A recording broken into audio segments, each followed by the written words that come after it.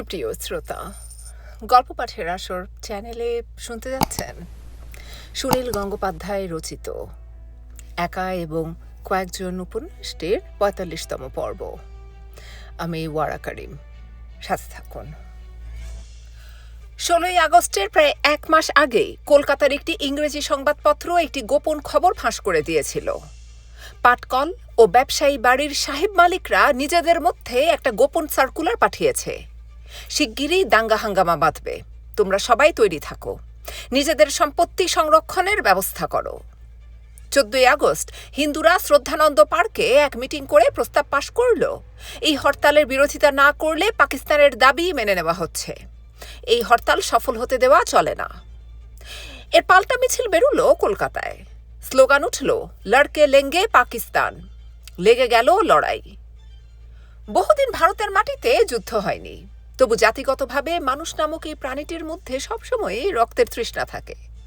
তাই কখনো ধর্মের নামে, কখনো ভাষার নামে, কখনো নতুন রাজনৈতিক স্বপ্নে, কখনো আরও অনেক ছোটখাটো স্বার্থে পরস্পরকে হত্যা করে রক্তের তৃষ্ণা মিটিয়ে নেয়। বহু যুগ ধরে শোষিত ও নিষ্পেষিত হয়ে কাপুরুষতার বাঁধ ঢুকে গেছে এ জাতির মজ্জায়। রণক্ষেত্রে প্রবল শত্রুর মুখোমুখি হওয়ার সাহস হারিয়ে ফেলেছে। এখন শুধু লাঠি সোটা ও ছুরি ছোড়া নিয়ে পাড়া প্রতিবেশীর মধ্যে বেছে বেছে নিরীহ মানুষকে মারার ব্যাপারে ওস্তাদ।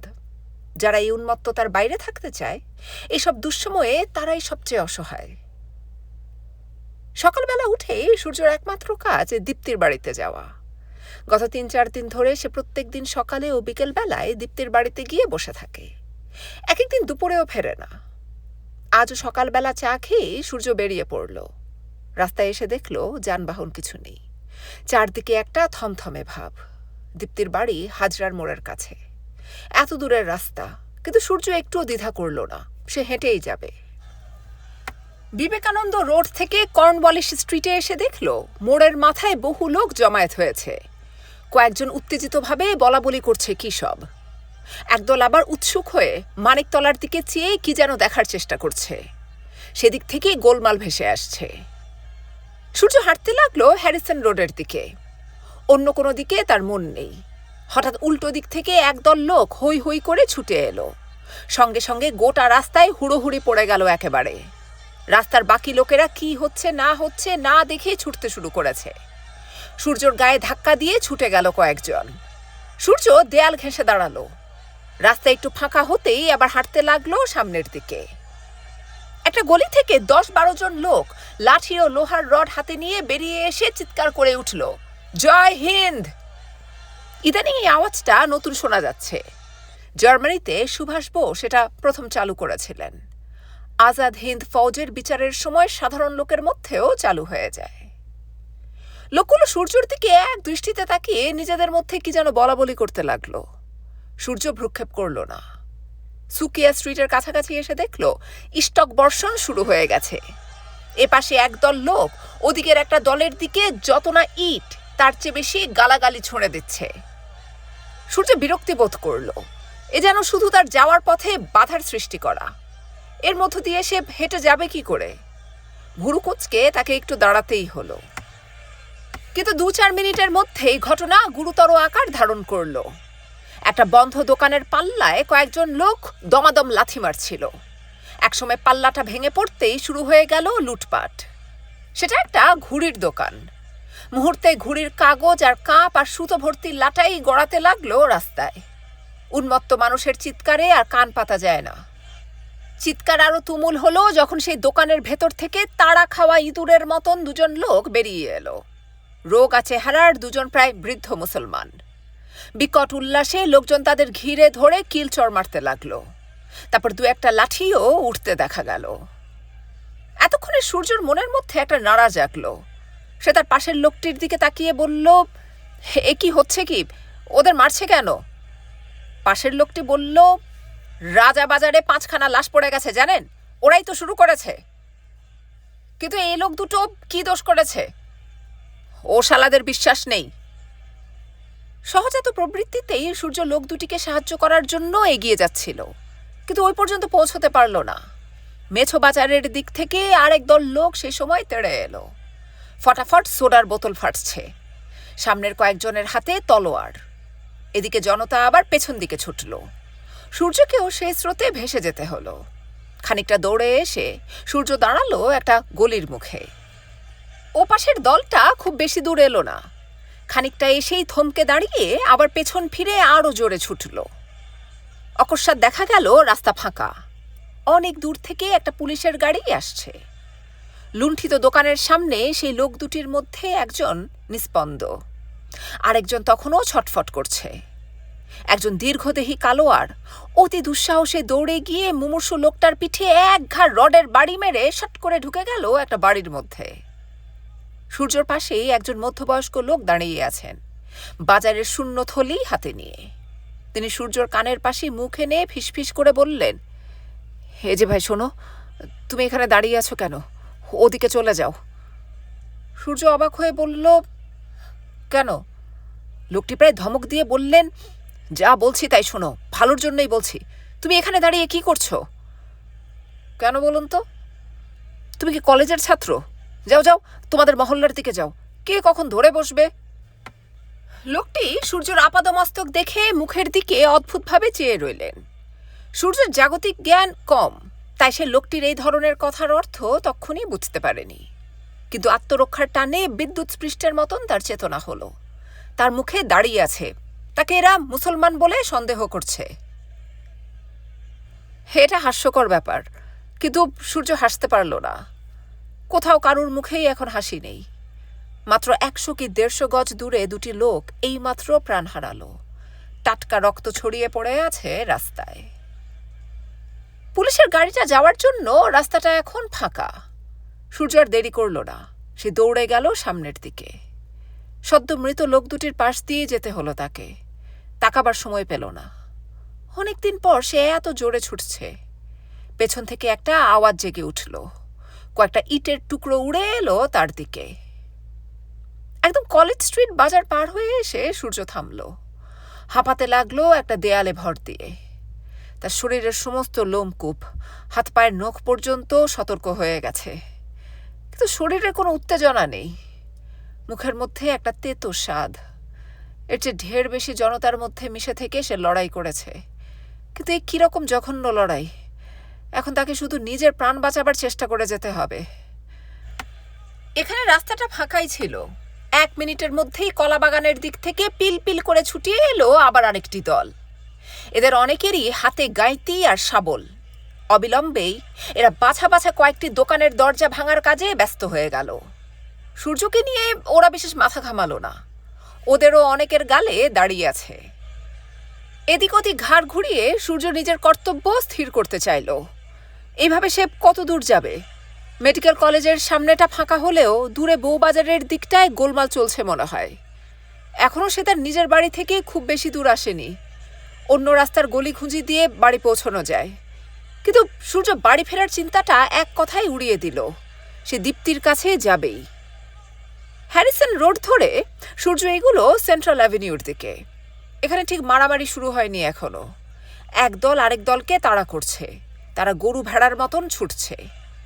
এক জায়গায় একটা বড় বাড়ি লক্ষ্য করে প্রচুর ইট ছোঁড়া হচ্ছে। সূর্য এসব পাশ কাটিয়ে কাটিয়ে এগোতে লাগলো। তাকে এখনো অনেক দূর যেতে হবে। সেন্ট্রাল অ্যাভিনিউতে আবার অন্য দৃশ্য। কোথাও একটাও লোক নেই। পথঘাট একেবারে শুনশান। গাড়ি বারান্দার তলায় ভিখিরিরাও উধাও। একটুও শব্দ নেই। কয়েকটা ছেঁড়া খবরের কাগজ উঠছে। কলকাতার রাজপথে দিনের আলো এই দৃশ্য কিরকম অপ্রাকৃত মনে হয়। রাস্তার দুপাশে বাড়িগুলোর সব জানালা বন্ধ। সূর্য একটু থমকে দাঁড়িয়ে এদিক ওদিক তাকায়। বিপদের কোনো চিহ্ন চোখে পড়ে না। খুব সতর্কভাবে সে এগোতে থাকে ধর্মতলার দিকে। প্রত্যেক গলির মোড়ে এসে থমকে দাঁড়ায়। সেখান থেকে হঠাৎ কেউ বেরিয়ে আসে কিনা দেখবার জন্য। কেউ নেই। বউবাজার স্ট্রিটের কাছে এসে সূর্যর বুকের মধ্যে ধক করে ওঠে। এতক্ষণে সে বুঝতে পারে এই রাস্তা কেন এত নির্জন। সকালেই এখানে একটা খণ্ড প্রলয় হয়ে গেছে। কয়েকটি দোকানে আগুন লাগার চিহ্ন। রাস্তার মাঝখানে পড়ে আছে 5টা মৃতদেহ। 4 জন পুরুষ ও একটা 10-11 বছরের ছেলে। ওর গায়ের ওপর এলোমেলো করে পড়ে আছে। কনুই থেকে কাটা একটা হাত আলাদাভাবে একটু দূরে রাস্তায় ওল্টানো। আঙুলগুলো যেন মাটি খিমচে ধরতে চেয়েছিল। এই হাতটা ওই লোকগুলোর মধ্যে ঠিক কার, এটা জানা যেন সূর্যর বিশেষ দরকার। সে ২-১ পা এগিয়ে গেল ওদিকে। নিহতদের চোখ মুখের দিকে তাকিয়ে কার হাত নেই খুঁজতে লাগলো। মনে হয় যেন এখনো ওদের নিঃশ্বাস সেখানের বাতাসে ভেসে বেড়াচ্ছে। সে দৃশ্য সূর্যর চোখ চুম্বকের মতন টেনে ধরে, কিছুতেই চোখ ফেরাতে পারে না। সে এখন কি করবে? আবার কয়েক পা পিছিয়ে এসে সে একটা থামের আড়ালে দাঁড়িয়ে সামনে পেছনে ডাইনে বাঁয়ে দ্রুত দেখে নেয়। তারপর চোখ বোঝে। চোখ বুঝতেই চোখের সামনে ভেসে ওঠে দীপ্তির মুখ। আহ, কি ঠান্ডা লাগে তখন। সারা পৃথিবীতে সূর্যর আর কোথাও যাবার জায়গা নেই, দীপ্তির কাছেই তাকে যেতে হবে। দেয়াল ঘেঁষে ঘেঁষে সূর্য এগোতে থাকে। বেশ কিছুক্ষণ আর কোনো বাধা পায় না। ধর্মতলার দিকে কয়েকটা গাড়ির যাতায়াত ও মানুষজন চোখে পড়ে। আর কোনো দিকে ভ্রুক্ষেপ না করে হনহন করে হাঁটতে আরম্ভ করল সূর্য। মাঝে মাঝে চোখ বুজে দীপ্তির মুখখানা দেখে নেয়। পার্ক স্ট্রিট ছাড়াবার পর সূর্য আবার বিপদে পড়ে গেল। কয়েকখানা লরি ভর্তি মানুষজন হই হই করে যাচ্ছিল। সূর্য সেগুলোকে দেখে আবার দেয়াল ঘেঁষে দাঁড়িয়েছে। একখানা লরি তার সামনেই এসে থামল। কয়েকজন ছোকরা নেমে সে উত্তেজিতভাবে জিজ্ঞেস করল, উধার কা কেয়া হাল হ্যায়? সূর্য কি আর উত্তর দেবে, কোনো ক্রমে আড়ষ্টভাবে বলল, উধার আগ লাগ গেয়া। একটা ছোকরা গলা ফাটিয়ে চেঁচিয়ে উঠল, নারায়ে তাকবীর! লরি থেকে প্রত্যুত্তর গর্জে উঠল। এ লোকগুলো অবাঙালি। এরা সূর্যকে নিজেদের দলের ভেবেছে। সূর্যকে লরিতে উঠতে বলল ওদের সঙ্গে। সূর্য বলল সে বিশেষ দরকারে সামনের দিকে যাবে। ওরা তাতে কর্ণপাত করল না। একদল জানালো যে ওদিকে ভবানীপুরের দিকে শিখ সর্দারজিরা দারুণ কাণ্ড করছে। হ্যাঁ, ওরা ওদিকে যাবে বটে, আরও দলে ভারী হয়ে বিকেলে যাবে। সর্দারজিদের পাড়াকে পাড়া জ্বালিয়ে দেবে। সূর্যকে লরিতে তোলার জন্য টানাটানি করতে লাগলো। প্রতিবাদ জানিয়ে লাভ নেই। এতগুলো উন্মত্ত মানুষের কাছে কোনো সুস্থ কথারই কোনো মূল্য নেই। লরিতে চেপে সূর্য যেদিক থেকে এসেছিল সেদিকেই ফিরে যেতে হলো। উর্দু ঘেঁষা হিন্দি ভাষা সূর্যর বাল্যকালে রপ্ত ছিল। এখন তাতে কাজ চালিয়ে যেতে লাগলো এদের সঙ্গে। লরিটা সেন্ট্রাল অ্যাভিনিউতে গেল না, তার বদলে বাঁক নিল ওয়েলিংটনের দিকে। ওয়েলিংটনের কাছে একেবারে তুলকালাম কাণ্ড চলছে। ক্রিক রো তালতলার দিকে প্রচণ্ড গোলমাল আর আগুনের শিখা। লরি থেকে সূর্য ঝুপ করে নেমে পড়ল অন্যদের সঙ্গে। হঠাৎ তার মনে পড়ল এইদিকেই শ্রীলেখার বাবার বাড়ি, বাদলরাও এইখানে থাকে। ওদের কোনো বিপদ হয়নি তো? কিন্তু ওদিকে এগুলো এখন অসম্ভব। ওই বাড়ি থেকেই শ্রীলেখার বিয়ের সময় তাকে তাড়িয়ে দেওয়া হয়েছিল। সূর্য শ্রীলেখার মুখখানা মনে করতে গিয়েও ঠিক মনে করতে পারছে না। দীপ্তির মুখের সঙ্গে শ্রীলেখার মুখটা মিশে যাচ্ছে। শ্রীলেখার দীপ্তি যেন একই। গোলমালের সুযোগ নিয়ে সূর্য ওই দলটা থেকে আবার পালালো। এখানেও দোকানপাট লুট শুরু হয়েছে। লুটের সময় মারামারিটা একটু কম হয়। ওয়েলসলির দিকে সর্বত্র হাঙ্গামা ছড়িয়ে পড়েছে। তবে এইদিকে অনেকটা একতরফা চলছে। সূর্যকে কেউ বাধা দিল না। এলিয়ট রোড পেরিয়ে সাহেবপাড়া আবার একেবারে শান্ত। পার্ক স্ট্রিটে বেশ কিছু দোকানপাট খোলা। সূর্য একটু জিরোবার জন্য একটা রেস্টুরেন্টে ঢুকে 1 কাপ কফি নিয়ে বসে রইল। অবস্থা যে অত্যন্ত সাংঘাতিক দিকে যাচ্ছে সেটা বুঝতে তার দেরি হলো না। শহরে এত ব্যাপক আকারে দাঙ্গা ছড়িয়ে পড়েছে, সে তুলনায় পুলিশ প্রায় দেখাই যাচ্ছে না। বাড়ি থেকে বেরিয়ে প্রথম সে একটি মাত্র পুলিশের গাড়ি দেখেছিল। শিখদের এলাকা কি সে পার হতে পারবে? তার গালে দাড়ি থাকলেও সে লুঙ্গি কিংবা পাজামা পরে নেই, আজ পড়েছে ট্রাউজার্স। শিখদেরও তো দাড়ি থাকে, তার মাথায় পাগড়ি নেই। আর না এগিয়ে সে যদি এই সাহেব পাড়ায় আশ্রয় নিয়ে থাকে তাহলে তার আর কোনো বিপদ নেই। এখানে বসে থাকলে একটা না একটা কিছু ব্যবস্থা হয়ে যাবেই। তবু সূর্য কফির দাম টেবিলে রেখেই উঠে পড়ল। তার জীবনের কি মূল্য আছে? তাকে দীপ্তির কাছে যেতে হবেই। দীপ্তি একা থাকে, তার কোনো বিপদ হয়েছে কিনা সেটা সে দেখবে না। পার্ক স্ট্রিট ধরে খানিকটা নিশ্চিন্তভাবে হাঁটতে হাঁটতে সূর্য ভাবল, এরপর পার্ক সার্কাস, হাজরার ওদিকে শিখদের পাড়া, দু জায়গাতেই তার বিপদের সম্ভাবনা আছে। কেউ তাকে চেপে ধরলে সে নিজেকে হিন্দু বা মুসলমান এর কোনোটাই প্রমাণ করতে পারবে কি?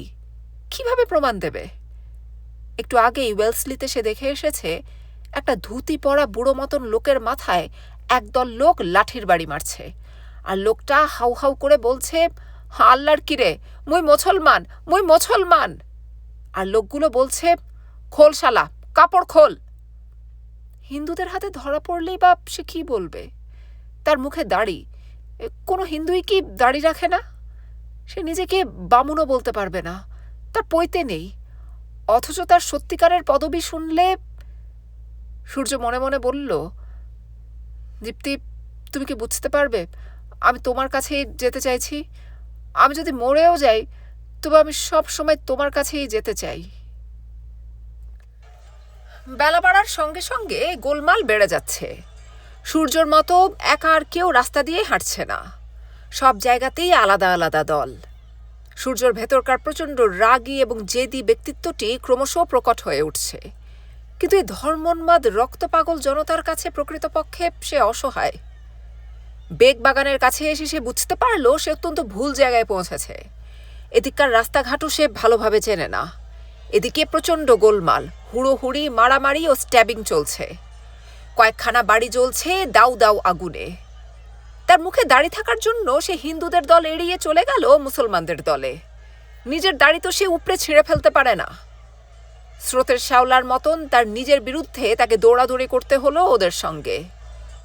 তার চোখের সামনেই একটা ঘড়ির দোকান লুট হলো। যে যা পারল নিয়ে পালালো। কয়েকজন বিনা কারণে আছড়ে আছড়ে ভাঙতে লাগলো বড় বড় দেয়াল ঘড়িগুলো। বিভিন্ন ঘড়িতে অসময় লেখা আছে। একটা লোকের পিঠে ছুরি মারা হয়েছে। সে শির দাঁড়া ভাঙা কুকুরের মতন রাস্তায় পড়ে ছটফট করছে। তার আততায়ী পাশে দাঁড়িয়ে রক্তাক্ত ছুরি তুলে হাসছে হা হা করে, আর চেঁচিয়ে বলছে, 3 শালা কো খতম কিয়া। কি অদ্ভুত উল্লাস!